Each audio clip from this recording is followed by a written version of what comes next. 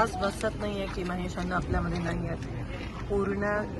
पूर्ण सोलापूर शहर हे शोकाकुल झालंय.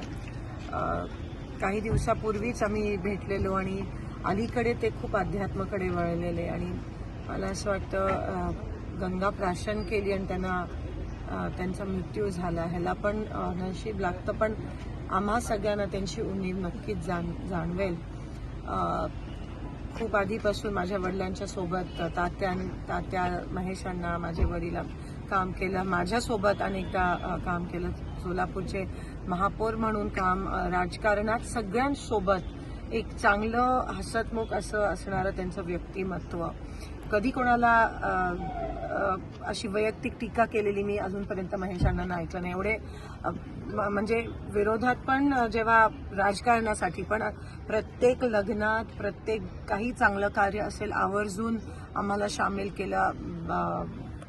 आम्हाला सगळ्यांना, म्हणजे माझ्या वडिलांसाठी मुलासारखंच होतं, कारण का तात्या एवढे जवळचे होते.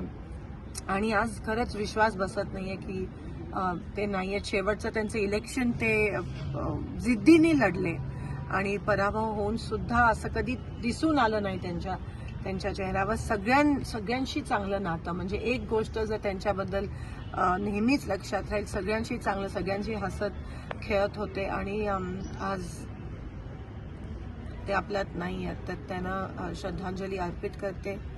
त्यांची पत्नी, त्यांच्या मुली, त्यांची मुलं, त्यांच्यासोबत आम्ही नेहमीच आहोत आणि त्यांना त्यांच्या आत्मेत शांती मिळो अशी मी ईश्वर चरणी प्रार्थना करते. पण जी पोकळी त्यांच्यामुळे निर्माण झाली आहे सोलापूरच्या राजकारणात, ती कधी कोणी भरू शकत नाही.